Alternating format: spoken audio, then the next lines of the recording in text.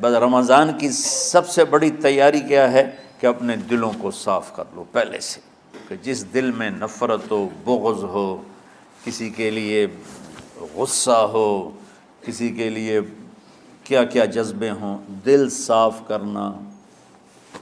ہمارے گھروں میں روزانہ جھاڑو ہوتا ہے، یہاں مدرسے میں روزانہ صفائی ہوتی کہ نہیں ہوتی؟ چونکہ دنیا کی اصل گندگی ہے تو جھاڑو ہاتھ سے نہیں چھوٹ سکتا۔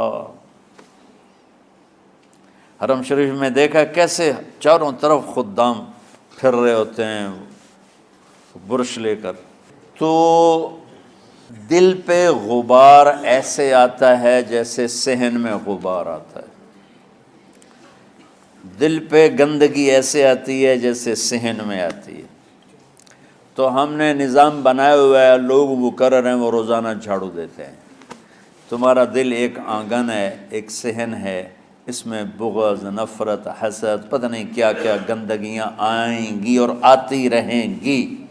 بچوں ایک کام کرو، جھاڑو پکڑ لو، صاف کرو۔ یا اللہ معاملہ تجھ سے کرنا ہے، لوگوں سے نہیں۔ کسی نے برا کہا، کسی نے غیبت کی، کسی نے گالی دی، کسی نے دھکا دیا، کسی نے حق مارا، کسی نے کچھ کیا، یا اللہ تیرے سپرد میں نے اپنے دل کو سب سے صاف کیا، میں نے اپنے دل کو سب سے صاف کیا۔ یہ اتنی بڑی عبادت ہے کہ بڑے بڑے نفلوں والے، تہجد والے، حج عمرے روزے والے تمہیں نہیں پکڑ سکیں گے، چونکہ اس کا کرنے والا دنیا میں کوئی نہیں۔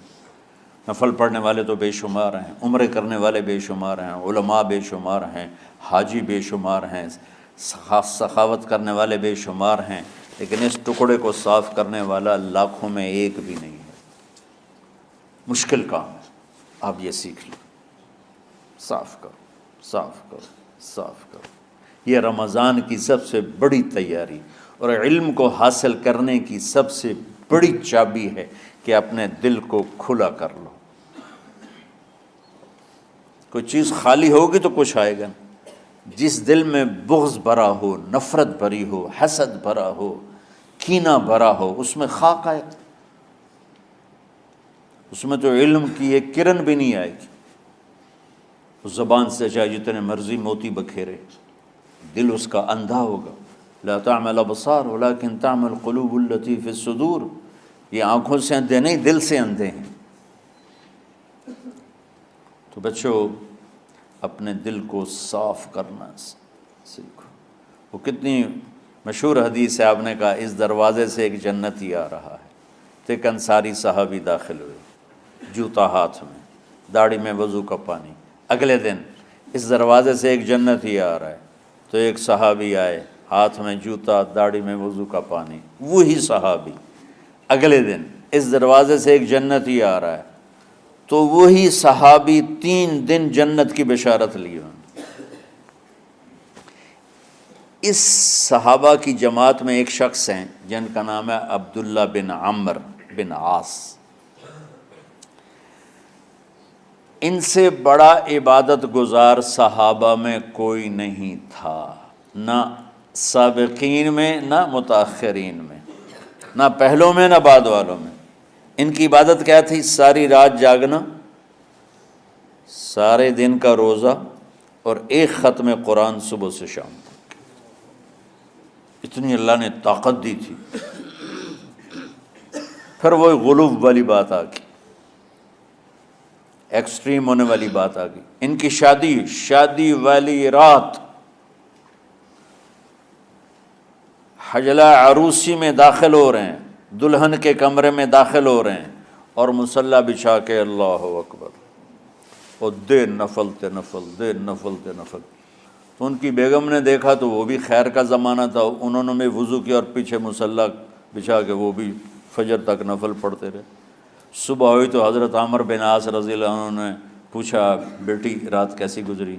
کہا جی ماشاءاللہ آپ کے بیٹے تو بڑے عبادت گزار ہیں، ساری رات نفلوں میں ہی گزری۔ تو وہ ان کو شکایت کر دی۔ حضرت عمرو بن عاص کو اتنا غصہ چڑھا، وہ بیٹے کو تو کچھ نہیں کہا، کتنی حکمت کی بات ہے، سیدھے گئے اللہ کے نبی کے پاس، یا رسول اللہ یہ عبداللہ دیکھیں کیسا نادان ہے، اس کی شادی کی ساری رات نفل پڑھتا رہا۔ تو آپ کہتے ہیں ماشاء اللہ کتنی بڑی بات ہے، نفلوں میں گزر گئی، رات بھی نفلوں میں گزر گئی۔ تو آپ نے حضرت عبداللہ بن عمر کو بلا کے ڈانٹا کہ تو نے مہینے میں 3 دن روزے رکھنے ہیں، بس اس سے زیادہ نہیں رکھنے، اور ہفتے میں 1 قرآن ختم کرنا ہے۔ کہا یا رسول اللہ میرے اندر طاقت زیادہ ہے۔ پھر اچھا 15 دن روزے رکھنے، کہ نہیں میرے اندر طاقت زیادہ ہے۔ آپ اس کو تھوڑا تھوڑا کر کے گھٹاتے رہے، اور وہ ہر دفعہ نہیں یا رسول اللہ میرے اندر طاقت زیادہ ہے۔ تو آخر میں آپ نے کہا اچھا چلو صوم داؤدی پہ آ جاؤ، 1 دن روزہ رکھو، 1 دن افطار کرو، اور 3 دن سے پہلے قرآن ختم نہیں کرنا۔ تو آپ نے اس کو پیچھے کیا۔ یہ بیٹھے تھے اس محفل میں، ان کے دل میں آیا کیا یہ بزرگ مجھ سے زیادہ عبادت کرتا؟ رات میں ساری جاگتا ہوں، دن روزہ رکھتا ہوں، 1 ختم کرتا ہوں، تو جنت کی بشارت تو مجھے ملنی چاہیے تھی، ان کو کیسے مل رہی؟ یہ کسی کتاب میں نہیں لکھا کہ یہ ان کا جذبہ تھا، لیکن جو کہ میں ان کی سیرت کو جانتا ہوں تو مجھے خیال آتا ہے کہ ان کی نفسیات میں یہ بات آئی ہوگی، چونکہ صرف انہی کو خیال آیا کہ میں جا کے دیکھتا ہوں کہ یہ بزرگ کیا کرتے ہیں۔ تو ان کے پاس پہنچ گئے، چاچا ذرا، وہ ادھیڑ عمر تھے، چاچا وہ میرے ابا تھوڑے ناراض ہیں، تو کچھ دن آپ کے پاس گزارنا کا، بیٹا بسم اللہ آ جاؤ۔ اب رات ہوتے ہی عشاء کی نماز پڑھ کے انہوں نے جلدی سے چادر اوپر لی اور یوں سراغ کر کے ان چاچا کو دیکھنے لگے ایسے کر کہ اب یہ کیا ساری رات سجدہ کرے گا، اور ساری رات روتے روتے روتے روتے مصلی گیلا ہو جائے گا، یا ساری رات رکوع کرے گا، ساری رات قیام کرے گا، ساری رات قرآن پڑھے گا، اس تصور سے یوں دیکھ رہے۔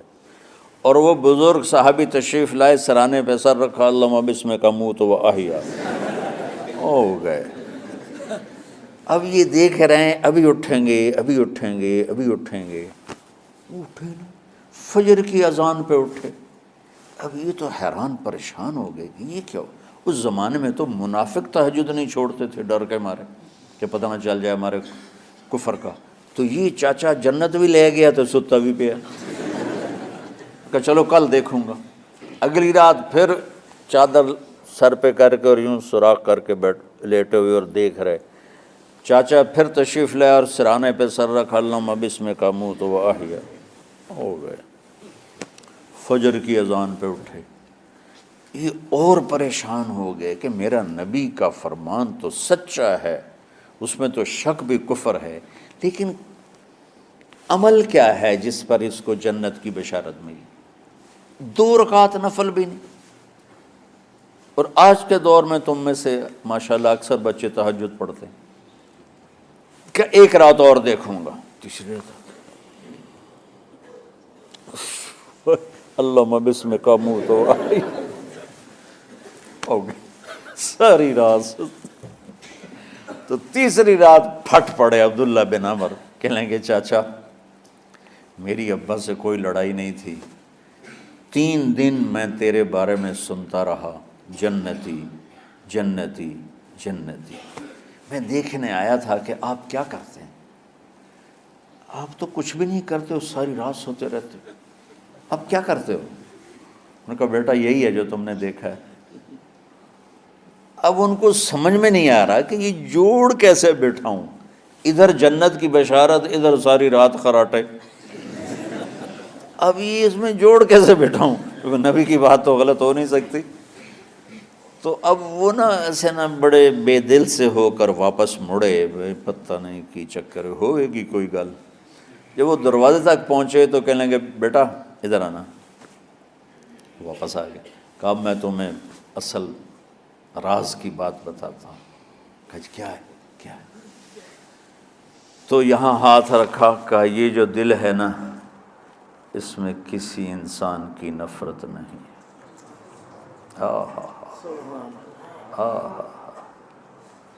اور جب اللہ کسی کو رزق دیتا ہے، عزت دیتا ہے، مجھے کبھی حسد نہیں ہوا، مجھے خوشی ہوتی۔ تو عبداللہ بن عمر نے کہنا تھا ہاں یہ بات ہے، نہیں، انہوں نے کہا ھذا ہوا، اچھل کے کہنے لگے ہاذا ہوا، ہاں ہاں ہاں ہاں یہی ہے یہی ہے یہی ہے۔ پھر کہنے لگے چاچا پر یہ میرے بس کا نہیں ہے، کون کرے گا یہ؟ اتنے بڑے آدمی ہو کر کہہ رہے ہیں کہ یہ میرے بس کا نہیں۔ تو بچوں، دنیا میں جنتی بننا ہے اور علم اللہ سے لینا ہے تو اسے صاف کر دو، سب کی نفرت سے۔ سب، اس نے مجھے یہ کیوں کہا، اس نے مجھے یوں کیوں دیکھا، اس نے میرے بارے میں یوں کیوں کہا، اس نے میرے بارے میں یہ کیوں لکھا۔ جس کی تعریف ہوتی میری کتنی برائی ہوتی، صرف تعریف تو نہیں ہوتی، بھرا پڑا سوشل میڈیا مجھے گالیاں دیں۔ اللہ کے فضل سے میرے دل میں ایک ذرے کے برابر کبھی کوئی منفی جذبہ نہیں آیا، آئے تو میں دھو کے صاف کر دیتا ہوں، یا اللہ میں نے اپنے دل کو صاف کیا، میرا معاملہ تیرے ساتھ ہے، کسی کے ساتھ نہیں۔